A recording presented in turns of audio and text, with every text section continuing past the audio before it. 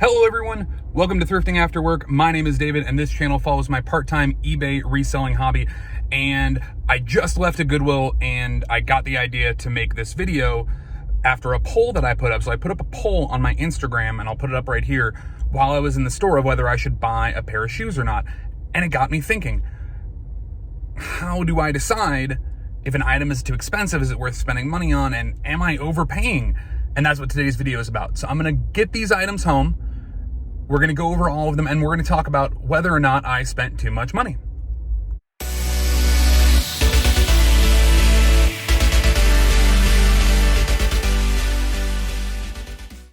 Alrighty guys, so before we get into this video, I want to ask you to do me a quick favor. If you could just drop a like on this video. It really helps me out and it lets YouTube know that I'm doing okay over here.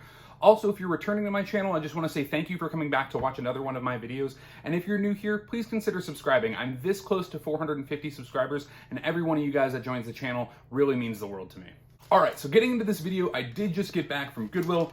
I've got my big old receipt right here, and I have a nice bag full of stuff. And like I said, the reason I wanted to make this video is that when I went through and looked at all my pricing today, I paid up for a lot of my items. I didn't have a single item that I paid less than $10 for that I'm gonna be selling. So I wanted to kind of talk about that because I put up, like I showed you earlier, a poll on my Instagram, and about 60% said to buy and about 49% or about 40% said not to buy. Don't fact check me on those numbers. I'm recording without looking at it.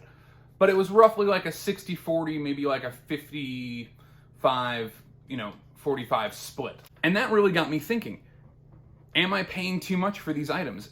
Are they gonna be worth it?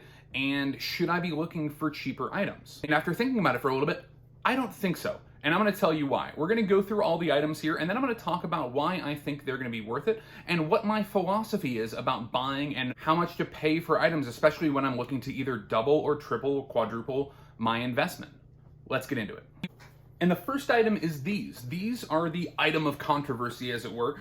I paid $20 for these, is what they were priced at. And they're really, really cool sneakers. They're Reebok, good soles on the bottom, Monopoly themed. I'll try to get a little bit closer to the camera so you can see. But really, really cool shoes. A smaller size, a women's size 8. But when I looked up the sold comps, they were anywhere from $40 to $70. And for me, when I thought about it, okay, I'm gonna spend $20 to potentially double my investment.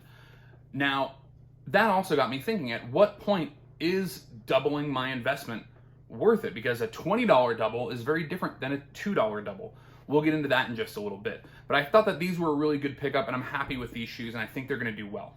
Next item I picked up were these pair of Keens. As you can see right here, you got the little yellow logo there. And they're in really great shape. The sole on the bottom is almost unworn. And these were $10. And again, when I'm thinking about shoes like this, I'm wanting these shoes to be in the like $30 sale price range to potentially triple my $10 investment. Again, keeping in that theme, I want to think about how much profit I'm making versus what my investment is. And for my business model, I'm trying to stay away from purchasing items at a lower cost that have a lower return, meaning like a $10 purchase that would maybe sell for $20, because the take home from that is going to be very, very low, which we'll again talk about in just a little bit. Next, I picked up 3 pairs of jeans, and the first pair are these True Religions right here, and these are in pretty decent shape. There is a back button missing, but if you follow my channel, you'll know I sold a pair of jeans not too long ago that were missing the back buttons as well, so it's definitely not a deal killer. And a little bit of fraying at the bottom of this, and I can easily fix that with some scissors and a lighter and getting that all cleaned up. But I paid $10 for these jeans, and again, I'm wanting to buy jeans for $10 that are going to sell in the $30 to $50 range. Some jeans can do even better from that depending on the brand, but that's what I look for in my jeans. I don't want to spend $10 on a pair of jeans that are only going to sell for $20. These ones usually sell in the $30 to $50 range pre-owned.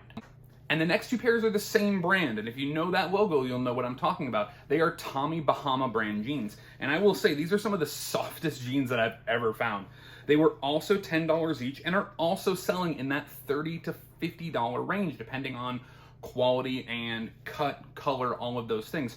So I feel confident buying these for $9 or buying these for $10 and having them potentially turn into a $30 sale, meaning I'm tripling my investment. And here's that second pair, just a little bit lighter on the color. Again, both in really, really good shape, almost no fraying at the bottom. Really, really good condition on these Tommy Bahama jeans. And those were all my pickups there. I don't know if the camera's gonna pick this up, but I'm gonna kind of zoom in there. If you can see it, it's $62. So I spent $62 on all of those items. And I think that's okay. Again, on pretty much every one of my items here, I'm potentially going to be tripling my investment, except for that first pair of shoes, where I'm hoping to double, if not 2.5 times my investment. And that gets into what I want to talk about next, which is what I'm kind of dubbing as my double money threshold. And that is, at what point am I comfortable spending money on an item knowing that it's only going to double my investment? And for me, I'm really feeling comfortable that that number is going to be $20. $20, I'm comfortable doubling that on a sale, and paying even higher than that. Sometimes you can even get less. Let's say you pay $50 for an item and you sell it for $90. So selling something for $50 and only making $40 off that is very different than selling something for $5 and only making $4, even if it's the same ratio. That return is a lot different. So I'm comfortable spending $50 on something that I will make $40 on, but I'm not comfortable spending $5 on something that I'm only gonna make $4 on. And that again kind of leads into how I'm looking at my business model, meaning like what I'm trying to aim at for an average sale price. And my average sale price right now is around the $40 range, and I'm comfortable bringing that down to around the $20 range if need be on a specific item. But I'm trying to stay away from items that are gonna sell for less than $20. For me and my time and everything that I'm putting into this as a part-time hobby reseller, selling something for less than $20 just doesn't make sense for me. So going back to the example before with the items that I picked up, if I'm spending $10 on an item, I really want to triple my investment on that, meaning I want that to sell for $30. Obviously that's not, tripling my money, but that means I'm potentially taking home a profit of $20 minus fees and all that stuff. But that's the number that I'm comfortable at there. If I'm buying a $5 item, I want to quadruple it and have it sell for $20. Again, I'm trying to stay at a $20 lowest average sale price. And let's say I'm buying a $2 item, I'm trying to stay away from $2 items that won't essentially, sell for 10x what I'm paying for, meaning that that $2 item is also going to sell for $20.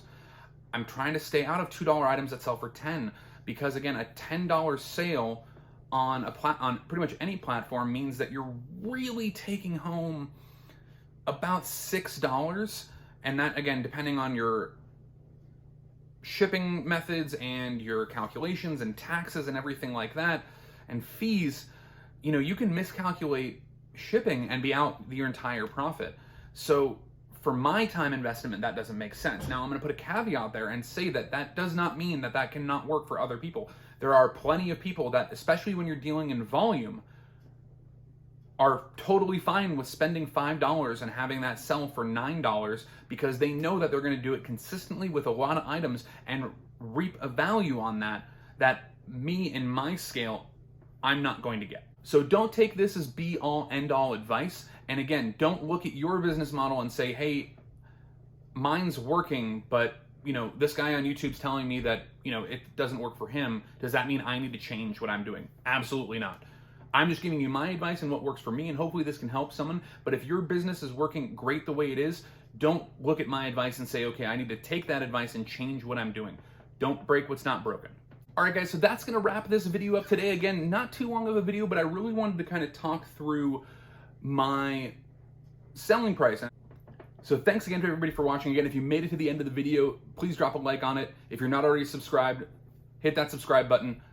Put those notifications on and you'll be notified every time I do a new video. I also go live every Monday night where I live list my items that I've purchased throughout the week onto eBay. Thanks again, guys. I'll see you in the next one.